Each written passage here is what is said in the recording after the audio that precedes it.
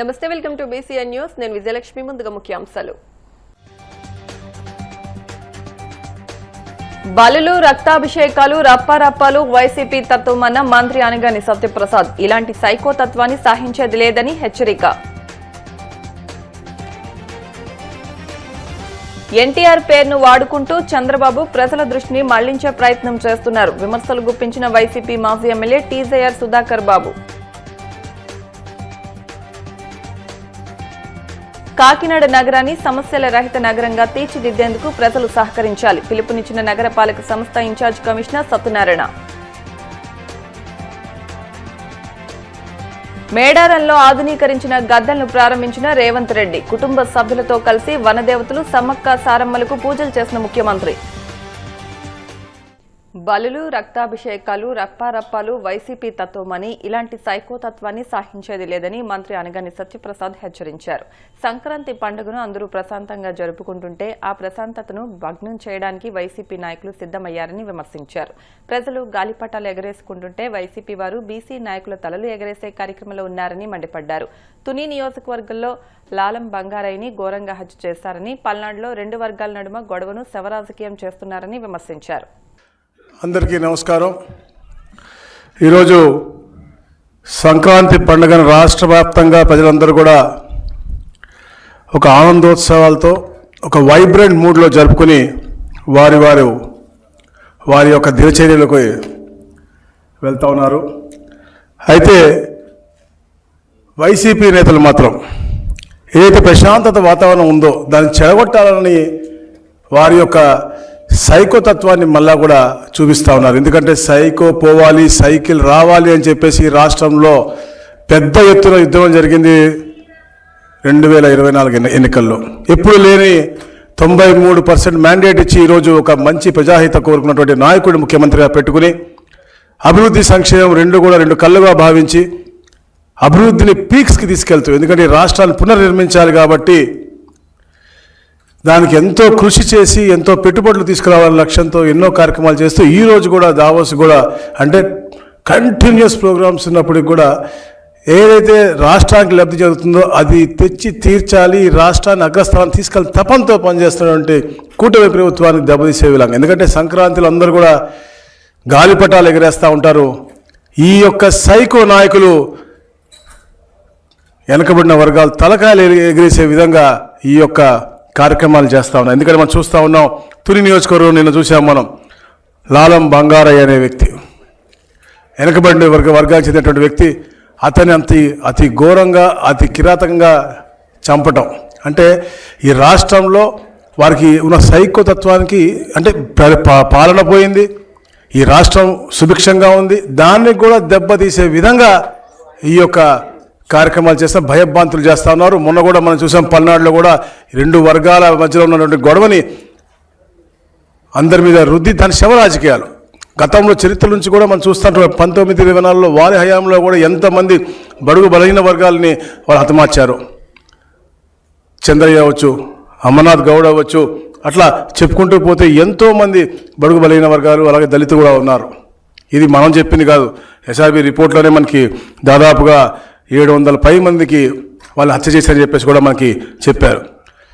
ఈ రాష్ట్రం సుభిక్షంగా ఉండాలి, అందరూ కూడా వైబ్రెంట్ మూడ్లో ఉండాలి, అందరూ ఆనందోత్సవాలతో ఉండాలి అని చెప్పేసి హెల్తీ, వెల్తీ, హ్యాపీ స్టేట్గా అందరూ ఉండాలని చెప్పే లక్ష్యంతో గౌరవ ముఖ్యమంత్రి గారు పరిపాలిస్తూ ఒక వే ఫార్వర్డ్ మంచి కార్యక్రమాలు చేసుకుంటూ, ఎందుకంటే సంక్రాంతితో పాటు మనం చూసాం శతాబ్దాల కీర్తి ఉన్నటువంటి అంటే చరిత్ర ఉన్నటువంటి జగ్గన్న కీర్తి ప్రభలు, దాన్ని ఒక వైబ్రెంట్ మూడ్లో చేసినటువంటి పరిస్థితి. అలాగే గండికోట ఉత్సవాలు, జల్లికట్టు అవ్వచ్చు, అలాగే మొన్న జరిగినటువంటి ఫ్లెమింగో ఫెస్టివల్ అవ్వచ్చు, ఇలాంటి కార్యక్రమాలు చేస్తూ ఉంటారు. ఏదైనా మంచి కార్యక్రమం చేస్తుంటే వైబ్రెంట్ మూడ్లో ఉంటుందని. కానీ ఈ యొక్క మాజీ ముఖ్యమంత్రి జన్మదినం చేసుకున్నారు పోయిన నెల. ఆ రోజున ఏం చేశారంటే నేరాల్ని ప్రోత్సహించే విధంగా ఏదైతే వాళ్ళ రక్తంలో ఉందో, వాళ్ళ తత్వంలో ఉందో దాన్ని ప్రోత్సహించే విధంగా బలులు, రక్తాన్ని తీసిచ్చి అలా చిందించడం. ఎవరన్నా ఏం చేస్తారండి? ఈరోజు స్వర్గీయ శ్రీ నందమూరి తారక రామారావు గారి 30వ వర్ధంతి. ఈరోజు మనం ఏం చేస్తున్నామనండి? హత్య రాజకీయాలపై మాట్లాడే నైతిక హక్కు చంద్రబాబుకు లేదని ఎన్టీఆర్ వర్ధంతి సభలో ఆయన చేసిన ప్రసంగం పూర్తిగా నేలబారు చండాల రాజకీయానికి నిదర్శనమని వైసీపీ మాజీ ఎమ్మెల్యే టీజేఆర్ సుధాకర్ బాబు విమర్శించారు. తాడేపల్లిలోని వైసీపీ కేంద్ర కార్యాలయంలో మీడియాతో మాట్లాడిన ఆయన చంద్రబాబు ఎన్టీఆర్ పేరును వాడుకుంటూ ప్రజల దృష్టిని మళ్లించే ప్రయత్నం చేస్తున్నారని ఆరోపించారు. పిన్నమ్మ తాళిపొట్టు తెంచిన వారితో నేను గొడవ పడాల్సి వస్తుందని, అలాంటి వారితో రాజకీయాలు చేయాల్సి వస్తుందని చంద్రబాబు అవహేళనగా మాట్లాడారని ఫైర్ అయ్యారు. దెయ్యాలు వేదాలు వల్లించినట్లుగా చంద్రబాబు తీరు ఉందని దుయ్యబట్టారు.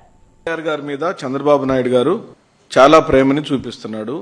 ఈనాటి సభలో చంద్రబాబు నాయుడు కాంగ్రెస్ అభ్యర్థిగా పోటీ చేసి ఎన్నికల్లో ఓడిపోయిన మాట వాస్తవమా కాదా? పచ్చ మీడియా దుష్ట శక్తులారా, నా ప్రశ్నలకు మీకు దమ్ము ధైర్యం ఉంటే ఏ వేదిక మీద నుంచి అయినా, మీకు నచ్చిన ఏ టెలివిజన్ ఛానల్ డిబేట్స్లోనైనా, లేకపోతే సోషల్ మీడియా ప్లాట్ఫామ్ మీదైనా, ఫేస్బుక్ లైవ్లోనైనా నేను చర్చకు రెడీ. ఎన్టీఆర్ స్థాపించిన పార్టీలో తొలి ఎన్నికలు జరిగినప్పుడు ఎన్టీఆర్ యొక్క అభ్యర్థులుగా ఉమ్మడి రాష్ట్రంలో అభ్యర్థులు పోటీ చేసినప్పుడు చంద్రబాబు నాయుడు ఏ పార్టీలో ఉన్నాడు? కాంగ్రెస్ పార్టీలో పోటీ చేసి ఓడిపోయి పార్టీ పెట్టిన చానాళ్లకు తెలుగుదేశం పార్టీలో జాయిన్ అయిన మాట నిజమా కాదా? వీటికి సమాధానం చెప్పండి. కాంగ్రెస్ పార్టీ నుంచి తెలుగుదేశం పార్టీలో జాయిన్ అయిన చంద్రబాబు నాయుడు మెల్లమెల్లగా మొదటేమో ప్రధాన కార్యదర్శి, తర్వాతేమో శాసనసభ సభ్యుడు, అలాగా పార్టీలో క్రియాశీలకంగా మారి ఎన్టీఆర్ రెండో మారు ముఖ్యమంత్రి అయినప్పుడు లక్ష్మీపార్వతి గారిని అలా బూచిగా చూపించి, లక్ష్మీపార్వతి గారు ఎవరు? ఎన్టీఆర్ ప్రేమించి పెళ్లి చేసుకున్న భార్య. అది ఎక్కడ చేసుకున్నారు? తిరుపతిలో వెంకటేశ్వర స్వామి సాక్షిగా పెళ్లి చేసుకున్నారు.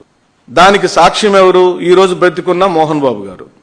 ఆ ఎన్టీఆర్ గారి యొక్క పదవిని లాక్కొని అర్ధాంతరంగా ఆయన దింపి ఆయన సీట్లో చంద్రబాబు నాయుడు కూర్చున్న మాట నిజమా కాదా? నేను ఇప్పుడు అడుగుతున్నా, అసలు ఎన్టీఆర్ ని నువ్వు గద్దెందుకు దింపావో చెప్పు చంద్రబాబు నాయుడు. ఎన్టీఆర్ ఒకవేళ ముఖ్యమంత్రి పదవిలో నుంచి దిగితే ఆయన కడుపును పుట్టిన కొడుకులో, కూతుళ్ళో, లేదా నీకన్నా పెద్దల్లుడైన దగ్గుబాటి వెంకటేశ్వరరావు ముఖ్యమంత్రి అవ్వాల్సిన పరిస్థితిని నువ్వెందుకు రెండో అల్లుడుగా పాత్రగా పార్టీ పెట్టిన తర్వాత జాయిన్ అయిన నువ్వు ముఖ్యమంత్రి ఎలా అయ్యావు? పిన్నమ్మ తాళిబొట్టులు తెంపిన వాళ్లతో నేను గొడవ పడాల్సి వస్తుంది, అలాంటి వాళ్ల రాజకీయాలతో నేను రాజకీయం చేయాల్సి వచ్చిందని అవహేళనగా మాట్లాడుతున్నావు కదా. చెయ్యని నేరాలను, ఘోరాలను మా మీద రుద్దాలని నువ్వు క్యారెక్టర్ అసాసినేషన్ చేస్తూ, నువ్వు ఇతరుల మీద నిందలేస్తూ, దెయ్యాలు వేదాలు వల్లించినట్టుగా ఉంది ఈరోజు నీ ఉపన్యాసం అంతా, నీ పోకడంతా చూస్తుంటే. లక్ష్మీ పార్వతి తాళిబొట్టును తెంచి ఎన్టీఆర్ని చంపింది నువ్వు కాదా? నువ్వు అర్ధాంతరంగా ఆయన తెచ్చుకున్న ముఖ్యమంత్రి పదవిని నువ్వు దొంగలిస్తే ఈ రోజు బ్రతికున్న యనమల రామకృష్ణుడు ఆ రోజు స్పీకర్ స్థానంలో కూర్చొని ఎన్టీఆర్ 5 నిమిషాలు మాట్లాడమని ప్రాధేయపడితే, దేవరించుకుంటే, నిండు సభలో ఎన్టీఆర్ని దారుణాతి దారుణంగా అవమానపరిచింది ఈ నారా చంద్రబాబు నాయుడు కాదా? మళ్లీ ఛాలెంజ్ చేస్తున్నాను, ఇవి నిజాలు కాదని కూడా చర్చకు రమ్మని డిమాండ్ చేస్తున్నాను. కాకినాడ నగరాన్ని సమస్యల రహిత నగరంగా తీర్చిదిద్దేందుకు ప్రజల సహకారం ఎంతో అవసరమని కాకినాడ నగరపాలక సంస్థ ఇన్ఛార్జి కమిషనర్ ఎన్వీవీ సత్యనారాయణ పేర్కొన్నారు. కాకినాడ నగరంలోని 9వ డివిజన్ పల్లంరాజు నగర్లో పవన్ గార్డెన్స్ ప్రాంతాన్ని ఆయన సందర్శించారు. ఆ ప్రాంతంలోని వెంకటేశ్వర స్వామి ఆలయ పరిసరాలు, పార్కులు, పారిశుద్ధ్య నిర్వహణ పనులను ఆయన పరిశీలించారు. వెంకటేశ్వర స్వామి ఆలయం సమీపంలో డ్రైనేజ్పై ఏర్పాటు చేసిన రాళ్లు శిథిలావస్థకు చేరుకున్నాయని గుర్తించిన ఇన్ఛార్జి కమిషనర్ వాటి స్థానంలో వెంటనే కొత్త రాళ్లు ఏర్పాటు చేయాలని ఇంజనీరింగ్ అధికారులకు సూచించారు. కాలనీ వాసులు ముందుకు వచ్చి తమ ప్రాంతంలోని సమస్యలను అధికారుల దృష్టికి తీసుకురావాలని, ప్రజలు చొరవ చూపించినప్పుడే సమస్యలకు వేగంగా పరిష్కారం లభిస్తుందని ఆయన తెలిపారు. కలిసి మనం పర్యటన చేయడం జరిగింది. దీనిలో భాగంగా ఇక్కడ మన వెంకటేశ్వర స్వామి టెంపుల్ దగ్గర ఉన్న పార్క్ ఉంటుంది. ఆ పార్క్కి క్లీనింగ్ అడిగారు. ఆ పార్క్కి మన సిబ్బంది కొంతమంది లేబర్ ఇస్తాము. అదేవిధంగా వారు కూడా వాలంటీర్స్గా కొంతమంది వచ్చి స్వచ్ఛందంగా ఆ పార్క్ని క్లీన్ చేయడానికి అంగీకరించినందుకు ఆ కమిటీకి ప్రత్యేకమైన ధన్యవాదాలు.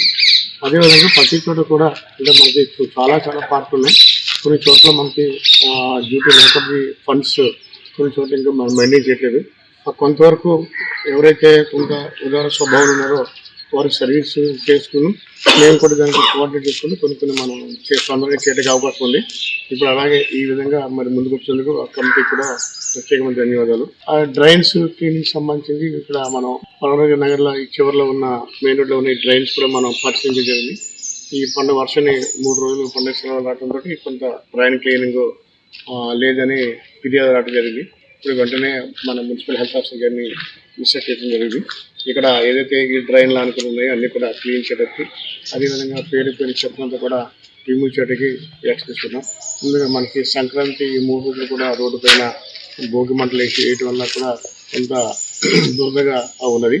అది కూడా ఇప్పుడు మళ్ళీ రిమూవ్ చేయడానికి ప్రత్యేకమైన చర్యలు తీసుకోవడం జరుగుతుంది. లాస్ట్ టైం కూడా అందరికీ విజ్ఞప్తి చేయడం జరిగింది. రోడ్డు మీద తీసుకున్న ఆ భోగి మంట కాస్త పక్కనే అయింది, దానివల్ల పబ్లిక్ ఇన్కన్వీనియన్స్ ఉండదు అని మనం చెప్పడం జరిగింది. కానీ అనుకున్నంత విధంగా మరి పబ్లిక్లో కూడా ఆ మార్పు రావాలి. ఎందుకంటే నెక్స్ట్ టైంకైనా ఏదైతే మనం ఈ భోగి మంటలు వేస్తున్నామో అది రోడ్డు ప్రక్కన వేసుకుంటే ఇబ్బంది ఉంది. మెయిన్ అదే 3 ఇబ్బందులు. ఒకటి, చెత్త రోడ్డు మీద పెరిగిపోతుంది, దానివల్ల దుమ్ము ధూళి గాలికి ఎక్కి మళ్ళీ మన పాసెంజర్స్ ఎవరైతే ఉన్నారో వాళ్ళ ముఖం పైన పడతాం, కళ్ళలో పడతాం జరుగుతుంది. 3 ఏంటంటే ఇది పబ్లిక్ యూసెస్. ఈ విధంగా రాకుండా అందరూ ఎక్కువ చేయడం జరిగింది. కొంతవరకు మార్పు ఇంకా కూడా మనకు మార్పులు రావాలి.